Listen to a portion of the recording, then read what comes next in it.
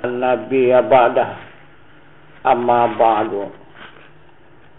Pertama-tama kita bersyukur kehadirat Allah Subhanahu wa taala beserta menyampaikan salawat dan salam atas junjungan kita Nabi besar Muhammad sallallahu alaihi wasallam dengan rahmat Allah beserta nikmatnya hingga pada saat malam hari yang berbahagia ini kita kembali dipertemukan Allah untuk meningkatkan ilmu dan iman kita kepada Allah Subhanahu wa taala. Yang mana Allah Subhanahu wa taala senantiasa memberikan peringatan dan petunjuk kepada sekalian hambanya dengan petunjuknya yang berbunyi inna lillahi wa inna ilaihi raji'un. Maksudnya sesungguhnya datang dari Allah, kembali kepada Allah.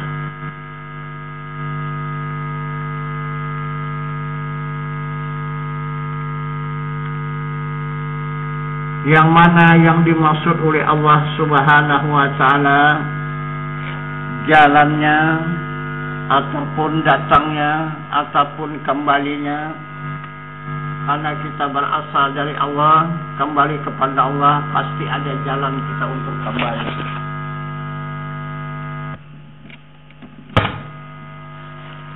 Macam mana jalan kembali kepada Allah Subhanahu wa taala?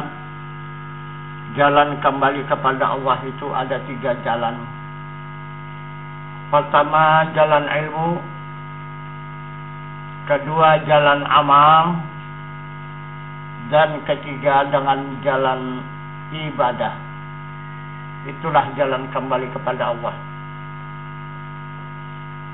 Jadi ini kita bahas pada malam ini, yaitu mengenai jalan amal. Karena di antara jemaah kita ini sudah banyak yang beramal untuk menuju kepada Allah Subhanahu wa taala. Jadi untuk menuju kepada Allah ini melewati jalan. Yang dimaksud jalan amal itu adalah melewati amal zikirullah. Itulah yang dikatakan jalan Allah. Itu yang dimaksud zikirullah, yaitu adalah jalan Allah.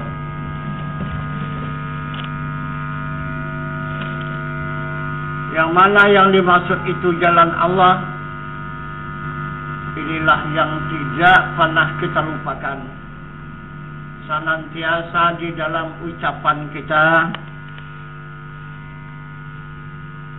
la ilaha illallah Muhammadar Rasulullah. Jadi dalam ucapan kalimat la ilaha illallah itu dia mempunyai kandungan.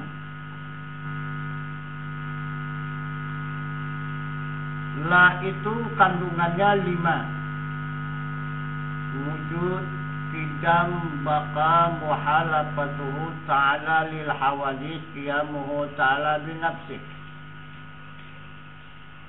Kandungan ilaha itu ada 6, sama, basar, kalam, sami'un, basirun, mutakallimun. Kandungan illa itu 4, yaitu kudrat, iradat, ilmu, hayat. Dan kandungan Allah itu 5, qadirun, muridun, alimun, hayun, wahdaniyat. Jadilah ini adalah kalimah Nabi, ilaha ini kalimah mungkin, illa itu kalimah isbat, dan Allah ini kalimah musabat. Nah, inilah yang kita amalkan. Jadi bagaimana cara mengamalkannya? ditempatkan, dimakamkan. La itu di mana, ilaha itu di mana, illa itu di mana, dan Allah itu di mana. Itu dalam mengamalkannya. La kalimah nafi itu di kepala nafas.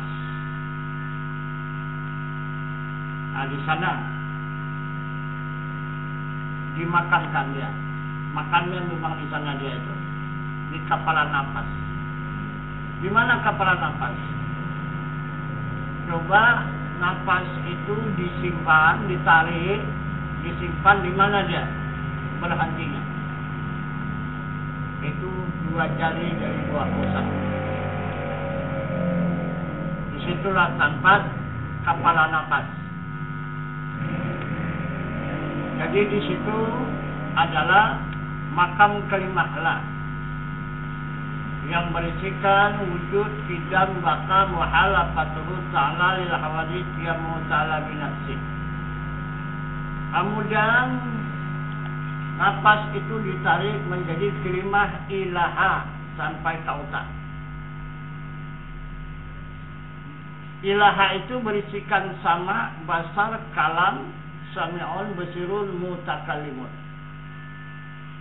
Kemudian dia melimpah ke bahu kanan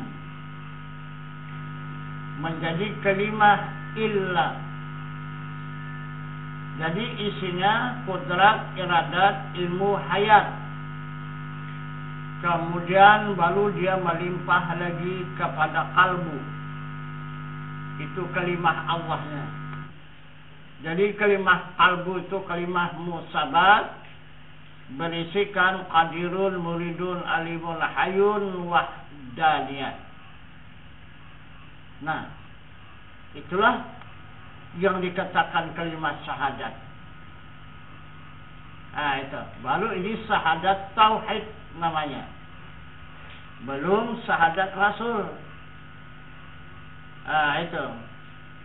Maka di waktu kita mengamalkan kalimat syahadat ini, la di kepala nafas, ilaha di utak, illa di bahu kanan, Allah di kalbu. Maka la ilaha illallah, la ilaha illallah, la ilaha illallah. Jika sudah masuk dia zuh ataupun fana, maka hilanglah diri kita.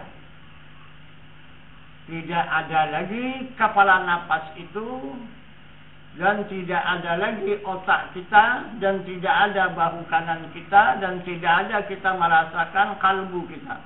Yang kita rasakan hanya la ilaha illallah. Nah, jadi inilah jalan kembali kepada Allah. Maka badan kita, tubuh kita, jasmani kita, kembalilah kepada kalimah Allah, kepada kalimah tauhid. Itu. Nah, jadi kalau betul-betul memang sudah dapat kita rasakan, memang betul-betul sudah dapat kita nyatakan, maka seluruh tubuh kita itu tidak ada yang dapat membinasakan. Karena sudah dia kembali menjadi kalimah tauhid, menjadi kalimah la ilaha illallah.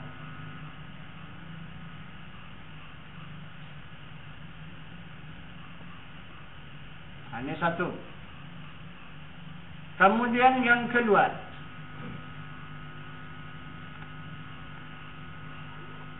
untuk mengembalikan ruhani kita ataupun hati kita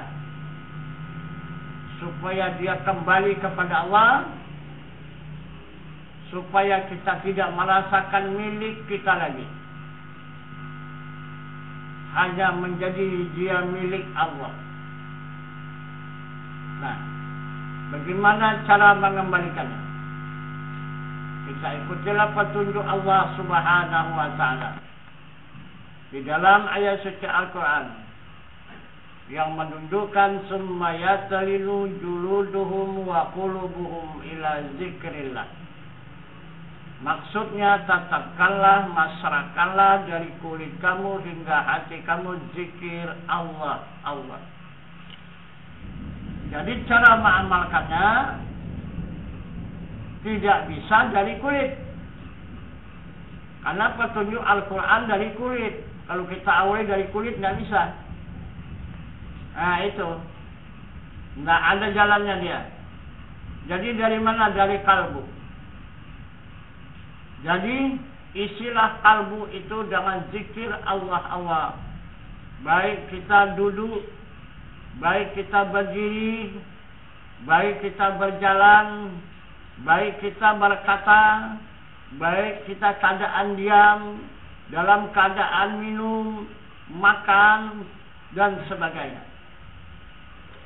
Tidak ada putus daripada zikir Allah, Allah, Allah, Allah. Tapi ditetapkan yang pertama itu di kalbu. Nah, jika sudah nanti di kalbu, dengan sendirinya nanti pindah dia itu. Melimpah dia. Nah itu. Jadi terasa zikir Allah, Allah itu nanti di sumsum. Jika sudah terasa di sumsum, kemudian baru terasa lagi di tulang. Sesudah terasa di tulang, baru terasa nanti di urat. Sesudah terasa di urat, baru dia terasa di darah. Sesudah di darah, baru dia ke daging. Dan sesudah dia di daging, barulah dia ke kulit. Ah itu. Jadi itulah yang dimaksud oleh Allah tadi. Summa yatalinu juluduhum wa qulubuhum ila zikrillah. Maksudnya, tetapkanlah, masrahkanlah dari kulit kamu hingga hati kamu zikir Allah, Allah. Baru dapat kita rasakan dan kita saksikan. Kulit itu dia berkata Allah, jangan sendirinya. Dan darah itu dia dan daging itu berkata Allah, jangan sendirinya. Dan daging itu berkata dan darah itu berkata Allah, jangan sendirinya. Dan urat itu berkata Allah, jangan sendirinya. Dan tulang itu berkata Allah, jangan sendirinya. Dan sumsum itu berkata Allah, jangan sendirinya. Dan kemudian kalbu itu berkata Allah, jangan sendirinya. Jadi semuanya dia mengaku adalah Allah. Nah, kita dapat merasakan dan mendengarkan. Ah itu. Jadi kita tidak menzikirkan, tetapi kita dapat merasakan dan mendengarkan suara zikir yang diucapkan oleh seluruh lapisan tubuh itu, dari mulai kulit sampai ke kalbu. Nah, jadi hapuslah diri kita. Tidak ada lagi ruhani kita. Jadi jasmani sudah kembali kepada zikir tauhid, zikir la ilaha illallah, dan hati kita sudah kembali kepada zikir ismu zat, yaitu Allah, Allah. Nah, itu arti jalan kembali kepada Allah melalui amal. Ini jalan amal kita kembali kepada Allah. Kemudian baru nyawa kita. Bagaimana mengembalikan kepada Allah? Yang dikatakan nyawa itu adalah yang bergerak, yang berkehendak, yang mengetahui, yang mendengar, yang melihat, dan yang berkata-kata. Nah, kalau sebelum dia kembali kepada Allah, yang berkata-kata itu lidah, yang melihat itu mata, dan yang mendengar itu kuping, dan yang mengetahui itu akal, dan yang merasa itu nafsu, yang berkehendak, dan kemudian yang berkuasa ataupun bertenaga itu, yang berkuasa itu adalah tenaga. Nah itu. Jadi macam mana mengembalikannya ini kepada Allah? Nah, maka Allah Subhanahu wa taala menunjukkan di dalam ayat suci Al-Quran yang berbunyi Allahu nurus samawati wal ardh. Allah menerangi di langit dan di bumi. Nah, itu yang dikatakan nyawa tadi. Jadi nyawa itu menerangi zahir dan batin. Kalau di tubuh manusia, kalau di alam yang luas ini, di langit dan di bumi. Jadi apabila nur Allah itu sampai ke tulang manusia, maka barulah manusia itu bisa bergerak. Nah, apabila dia nurnya itu menerangi sampai ke otak, barulah manusia berkehendak. Dan nur Allah itu menerangi ke otak manusia, barulah manusia itu dapat mengetahui. Dan kemudian nur Allah itu menerangi di kuping, baru manusia itu bisa mendengar. Dan jika menerangi ke mata, baru mata itu melihat. Dan jika menerangi di lidah, baru lidah itu berkata-kata. Nah, jadi sekarang lidah itu menjadi kalam Allah, itu yang menerangi. Dan yang melihat pada mata itu adalah nur Allah yang bersifat basar. Dan yang mendengar pada kuping itu nur Allah yang bersifat sama. Dan yang mengetahui itu nur Allah yang bersifat ilmu. Dan yang berkehendak itu adalah sifat nur Allah yang bersifat iradat. Dan kemudian yang berkuasa di pada tulang itu adalah nur Allah yang bersifat qudrat. Nah, jadi habislah diri manusia. Jiwa manusia sudah tidak ada lagi. Yang ada di tubuh manusia zahiran dan batinnya adalah nur Allah yang menerangi di langit dan di bumi. Jadi nur Allah tadi adalah yang bersifat qudrat, iradat, ilmu, sama, basar, dan kalam. Itu.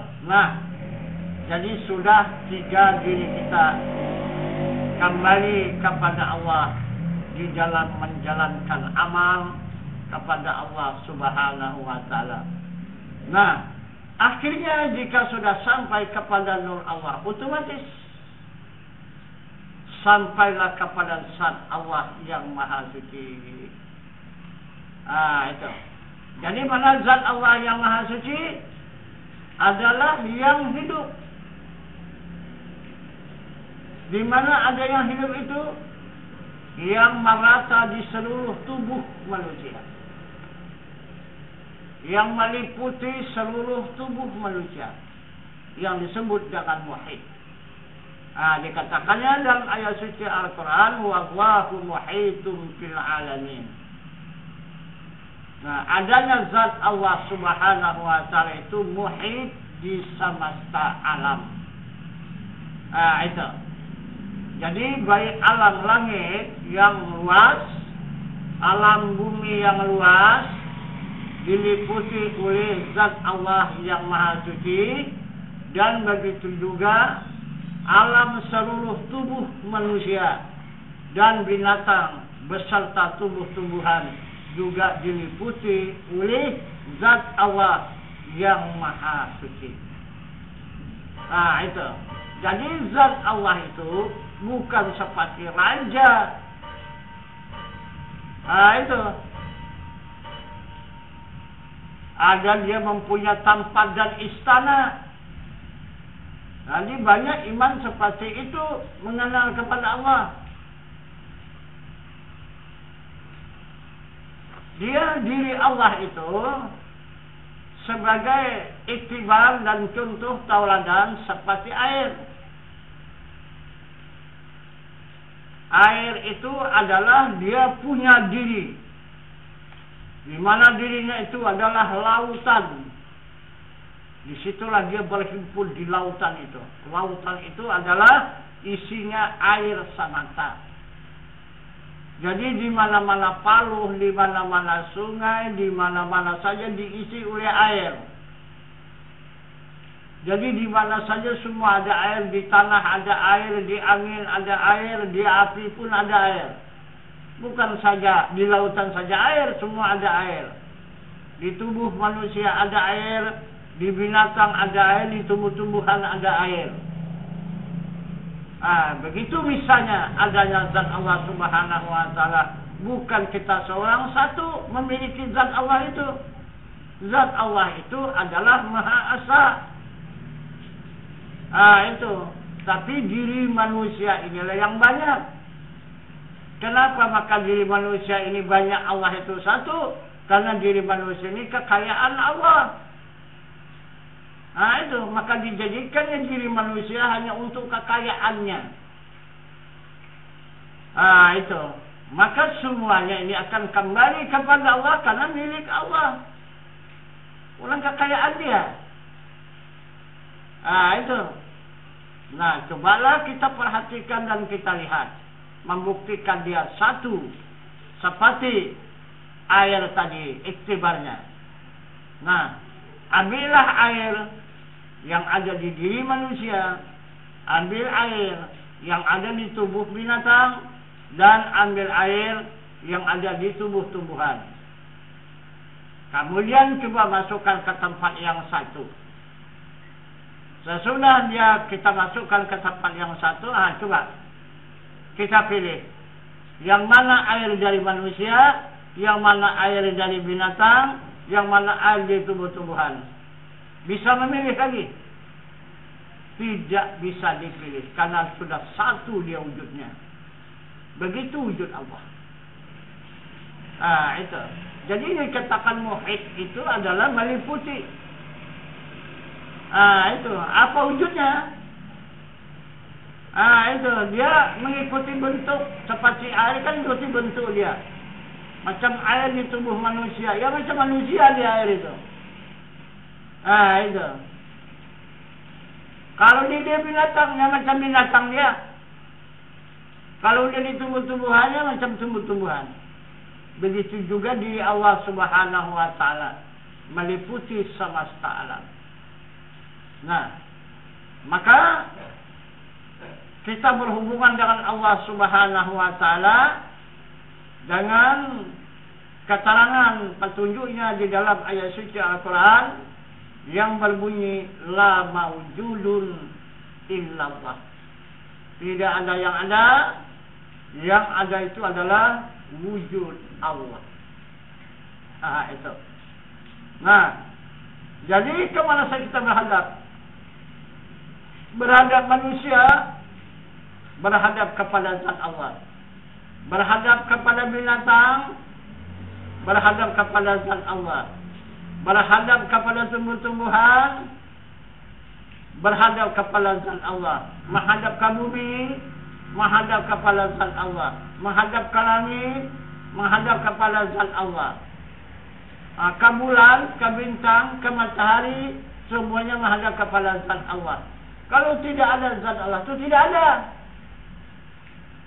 Nah itu, coba manusia. Kalau tidak ada zat Allah yang hidup, ada apa dalam manusia itu? Tak ada. Itu yang dimaksud inna lillahi wa inna ilaihi raji'un. Sesungguhnya yang datang dari Allah kembali kepada Allah yang hidup itu tidak ada lagi. Itulah zat Allah. Jadi apabila manusia, binatang, tumbuh-tumbuhan ditinggalkan oleh yang hidup, maka tidak ada lagi manusia itu. Jadi adanya manusia di muka bumi ini adalah karena hidup. Kalau tidak ada hidup, tidak ada. Nah, jadi kehidupan ini ada 4 kehidupan yang akan kita jalani. Pertama ini kehidupan di alam jasmani, berada di dunia ini. Kedua akan kita jalani kehidupan di alam rohani. Itu yang disebut di alam barzakh. Nanti kita akan menempuh lagi kehidupan di alam nurani. Itu yang disebut dengan alam baka. Kemudian baru kita hidup lagi di dalam alam rabbani. Itu baru surga. Itu. Jadi semuanya ini yang menjalani adalah kehidupan kita itu. Jadi kehidupan yang di dunia ini, inilah akan menjalin kehidupan di akhirat. Dan kehidupan di akhirat itu terus menjalin.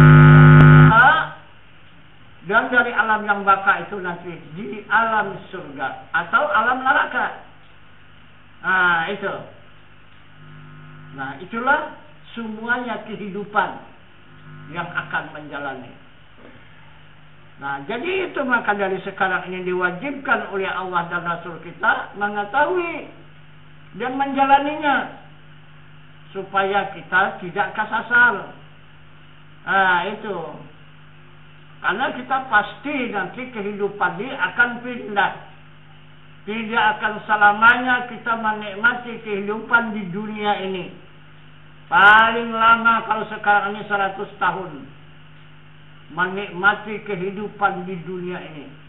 Disinilah diberi oleh Allah Subhanahu waktu dan kesempatan kita untuk mencari perbakalan, untuk menjalani kehidupan di akhirat, untuk perbakalan, menikmati kehidupan di alam yang baka.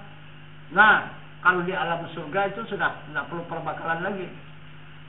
Karena di situ sudah penuh dengan kenikmatan. Itu tidak perlu perbakalan. Itu. Yang penting alam dunia ini yang punya perbakalan, alam akhirat, alam barzakh dan alam baka. Kalau alam surga itu tak perlu perbakalan. Karena di sana sudah melimpah perbakalan itu karena mendapatkan kesenangan yang luar biasa, kenikmatan yang luar biasa.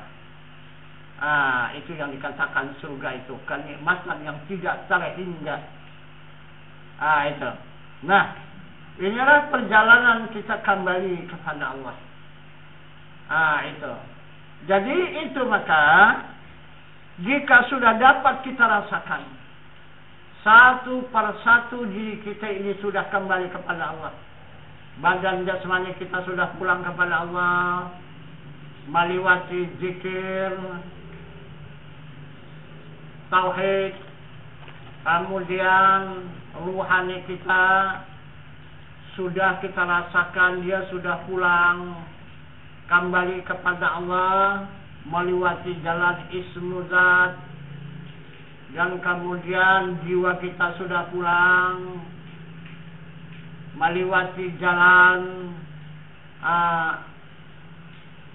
sifat Allah ataupun wajah Allah yang tiada seumpamanya oleh tiap-tiap sesuatu jua pun, dan kemudian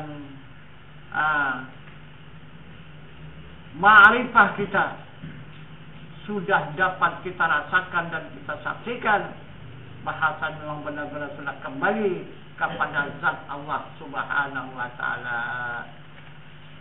Nah, jika sudah 4 perjalanan ini kita jalani, baru diakui oleh Allah Subhanahu wa ta'ala orang yang beriman. Itu. Karena Allah sudah mengatakan ya ayyuhalladzina amanu dkhulul silmi kaffah. Wahai orang yang beriman, masukkan diri kamu ke dalam Islam secara menyeluruh.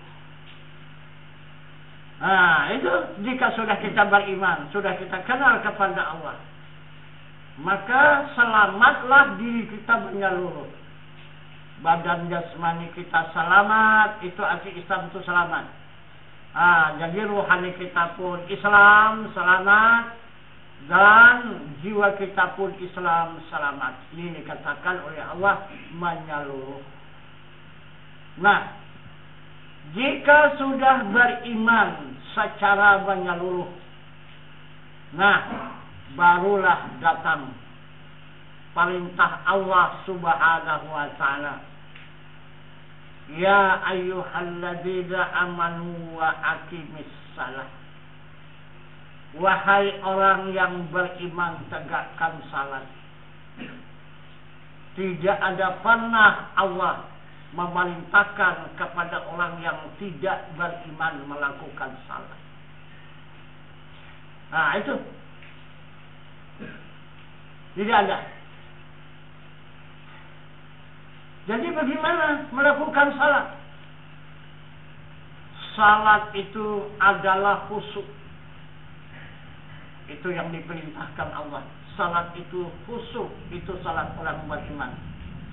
Qad aflahal mu'minun alladzina hum fi salatihim khashi'un. Sangat beruntung orang yang beriman. Salat khusyuk di dalamnya. Di waktu dia menegakkan salat, khusyuk di dalamnya. Apa sih khusyuk? Ingatan itu tidak ada keluar dan tidak ada menyimpang, hanya semata-mata kepada Allah Subhanahu wa ta'ala. Nah, itu karena semuanya yang melakukan salat itu yang sudah kembali kepada Allah. Maka tegaklah salat itu semata-mata kerana Allah. Berdiri Allah Maha Besar, ruku Allah Maha Besar, sujud Allah Maha Besar, duduk Allah Maha Besar. Disitulah saatnya dan waktunya Allah menunjukkan dirinya yang Maha Besar. Nah, itu. Jadi begini dia menunjukkan zatnya yang Maha Suci, ruku itu menunjukkan sifatnya yang suci, dan sujud itu menunjukkan asmanya yang Maha Besar, dan duduk itu menunjukkan af'alnya yang Maha Kaya. Itu dikatakan kamalat. Itu kekayaannya. Nah, itu. Jadi yang menegakkan salat itu adalah dirinya, zatnya, sifatnya, kelakuannya, asmanya yang Maha Besar, dan kekayaannya. Itu yang luar biasa, yang tidak ada siapapun yang dapat menghitung bagaimana kekayaan Allah. Coba kita lihat bagaimana cara menghitung kekayaan Allah itu. Sekarang jenis manusia dan rupa manusia ada yang sanggup menghitung. Itu kekayaan Allah. Itulah yang diterbitkan oleh bumi ini. Itulah bentuk manusia, rupa manusia itu kekayaannya yang dikeluarkan dari bumi ini. Nah, itu coba sanggup menghitung rupa manusia? Coba 10 orang bersaudara, satu mas, satu ayah, tidak serupa rupanya. Apalagi lain ayahnya, lain ibunya. Sedangkan satu ayah, satu ibu pun tidak dapat disamakan rupa manusia itu. Nah, siapa yang sanggup menghitung manusia dari mulai Adam sampai akhir nanti? Tidak ada yang sanggup. Itulah kekayaan yang dipertunjukkan, yang diperlihatkan, yang dipersembahkan di waktu salat. Itu. Nah, jadi kemudian kekayaannya lagi jenis binatang. Ada yang sanggup menghitung macam mana jenis binatang itu? Juga tidak ada yang sanggup. Kemudian yang ketiga, jenis tumbuh-tumbuhan. Ada yang sanggup menghitungnya? Tidak ada yang sanggup. Itulah kekayaan yang dikeluarkan dari bumi ini, dari afalnya, dari perbuatannya. Belum lagi batu-batuan dan sebagainya. Maka dikatakan maha kaya. Jadi banyak hanya menyebut maha kaya. Mana dia kekayaannya tidak tahu. Ini dapat kita saksikan. Apabila kita menghadap kepada rupa manusia, Masya Allah, hanya engkau sajalah Allah yang tahu bagaimana kekayaanmu ini. Nah, itu lemah kita. Nah, itu. Maka datanglah hati kita itu tawadhu kepada Allah. Nah, itu sesuai dengan pengakuan Allah di dalam ayat suci Al-Quran, wa ma khalaqtul jinna wal insi illa liya'budun. Tidak aku jadikan jin ataupun manusia hanya mengabdi kepadaku. Tak dapat kita membantah. Macam mana kita membantahnya? Baru hanya memandang kekayaan satu jenis rupa manusia. Kemudian terpandang kita pula lah jenis binatang. Tengok sana, tengok sini, tengok sana, tengok sini. Ya Allah, Masya Allah, tidak adalah yang dapat mengetahui sampai di mana kekayaanmu ini. Hanya engkau sajalah yang dapat mengetahui seberapa banyaknya kekayaanmu ini. Kalau kita memandang jenis binatang, tetap tawadhu kita kepada Allah. Begitu juga jika kita memandang tumbuh-tumbuhan. Tidak sia-sia. Itu tidak ada sia-sianya kita itu menghadap manusia, menghadap binatang, dan menghadap tumbuh-tumbuhan. Semuanya pekerjaan kita menghadap itu adalah dijadikan oleh Allah Subhanahu wa Ta'ala ibadah. Nah, ini dikatakan ibadah. Itu. Maka dikatakannya di dalam ayat suci Al-Quran. Yang dikehendaki oleh zat Allah Subhanahu wa Ta'ala kepada hambanya yang melakukan salat itu 50 waktu sehari semalam. Yang dicatat oleh Rasul di dalam ayat suci Al-Quran yang berbunyi salatan daimun. Salat yang tidak berkeputusan. Nah, inilah jalannya melakukan salat. Bukan hanya salat berdiri, ruku, sujud dan duduk itu dikatakan salat. Bahkan itu Tuhan tidak mengatakan salat. Kalau hanya sekadar berdiri, ruku, sujud dan duduk, mengatakan Allahu Akbar berdiri, Allahu Akbar ruku, Allahu Akbar sujud, dan Allahu Akbar duduk. Allah tidak mengakui itu salat. Kalau hatinya lalai, itu orang yang celaka, kata Allah, bukan orang yang salat, itu orang celaka. Itu. Jadi kita banyak salah paham kalau tidak nampak berdiri, ruku, sujud dan duduk itu tidak salah. Itu. Padahal salat bukan itu saja. Yang berdiri, yang ruku, yang sujud, yang duduk itu untuk badan jasmani. Itu salatnya. Untuk jasmani. Kalau ingat kepada Allah. Kalau tak ingat, itu adalah perbuatan yang celaka, kata Allah. Itu. Kalau ingat kepada Allah, baru ibadah. Itu. Kemudian yang kedua, Dia tidak putus zikirnya Allah, Allah, Allah, Allah, Allah, Allah di hatinya. Itu. Sehingga sampai menyeluruh tubuhnya. Itu. Itu salat. Salat orang tarikat. Itu. Tidak berdiri, tidak ruku, dan tidak sujud. Tidak bisa dilihat orang. Hanya orang yang salat itulah yang dapat merasakan sendiri. Orang yang salat itulah yang mengetahui bahasa dirinya itu salat. Itu. Juga. Kalau lepas ingatan kepada Allah.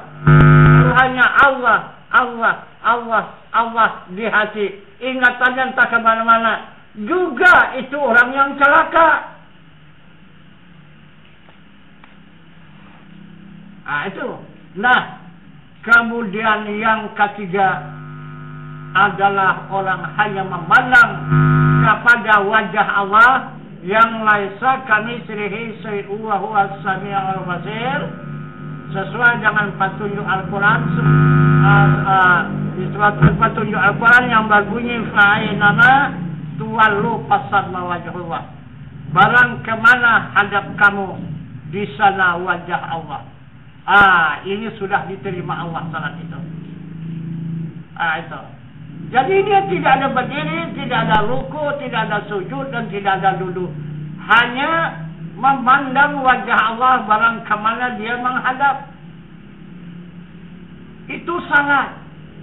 Salat hakikat. Kemudian yang keempat, dia hanya menghadap kepada zat Allah. Kemana dia berhadap? Menghadap zat Allah. Kemana dia berhadap? Menghadap zat Allah. Menghadap manusia, menghadap zat Allah. Kepada binatang, menghadap kepada zat Allah. Kepada tumbuh-tumbuhan, menghadap kepada Allah. Menghadap ke langit, ke bumi, tetap menghadap kepada zat Allah. Ini orang yang ma'rifah. Itu. Ini orang yang tidak putus salatnya kepada Allah. Itu. Maka dia diakui oleh Allah. Orang yang seperti ini adalah yang melakukan salat yang 50 waktu sehari semalam. Keterangannya di dalam ayat suci Al-Quran, la maujudun illallah. Tidak ada yang ada, semata-mata siang dan malam itu adalah wujud Allah. Nah, jadi ada yang tidak kembali kepada Allah. Semua kembali kepada Allah. Barulah tegak salat itu yang sebenarnya. Barulah beruntung orang yang beriman mendapatkan salat itu minallah, billah, lillah. Daripada Allah, kepada Allah, bagi Allah. Ini yang sebenarnya salat. Itu. Nah, bukan asal bisa mengajarkan berdiri, ruku, sujud, dan duduk itu salat. Itu salah betul, itu mengartikannya. Itu siapapun bisa melakukan. Yahudi, Nasrani, Majusi, itu semua bisa melakukan. Kalau hanya sekadar berdiri, ruku, sujud, dan duduk. Berdiri mengata Allahu Akbar, ruku mengata Allahu Akbar, sujud mengata Allahu Akbar, duduk mengata Allahu Akbar. Tapi apa arti Allahu Akbar itu? Nah, itu sekarang yang diketahui. Itu yang dikenali. Nah, itu kalau tidak dikatakan salat yang berdiri, ruku, sujud, dan duduk itu. Jika kenal kepada Allah, di dalam berdiri, ruku, sujud, dan duduk, baru dia akui Allah salat. Itu. Nah, itu yang dikatakan Allah, ya ayyuhalladzina amanu wa aqimis salat. Wahai orang yang beriman, tegakkan salat. Itu. Arti salat itu adalah untuk ingat kepada zat Allah. Wa aqimis salata li dzikri. Tegakkan salat, ingat aku. Nah, jadi inilah barangkali keterangan mengenai jalan amal kita kepada Allah Subhanahu wa taala untuk menyempurnakan pekerjaan salat yang diwajibkan oleh Allah Subhanahu wa taala kepada hamba untuk syariat 5 waktu sehari semalam dengan perintahnya inna salata kanat alal mu'minina kitaban mauquta. Yang kedua, salat bagi tarikat dengan perintahnya inna salata tatanha anil fahsya'i wal munkar. Kemudian salat bagi hakikat, perintah Allah kepada hambanya yang berbunyi salatan daimun. Nah, jadi inilah yang dimaksud oleh Allah, salat itu minallah, billah, lillah. Daripada Allah, kepada Allah, bagi Allah. Jadi tidak ada salat yang tertolak, tidak ada salat yang tidak diterima Allah. Semua salat itu adalah yang dicintai oleh Allah. Nah, jadi inilah yang diperintahkan oleh Allah kepada seluruh hambanya yang beriman. Nah, jadi kita pandakan keterangan pada malam hari yang berbahagia ini untuk tambahan pengajian kita, untuk meningkatkan ilmu dan iman kita kepada Allah Subhanahu wa taala. Nah, jadi kemudian kita kembali untuk melanjutkan dengan usuluddin, yaitu dengan pertanyaan. Jadi jika ada yang untuk mengajukan pertanyaan yang dipersilakan, karena itu yang diutamakan oleh Rasulullah, yaitu usuluddin. Usul itu bertanya, din itu agama. Jadi untuk mempertanyakan agama. Itu. Jadi agama inilah dia la ilaha illallah. Itu. Serta isinya yang ada terkandung di dalamnya. Jadi kita padakan pada malam ini keterangan singkat, tambahan pelajaran dan pengajian kita akhiri wabillahi taufiq wal hidayah. Assalamualaikum warahmatullahi wabarakatuh.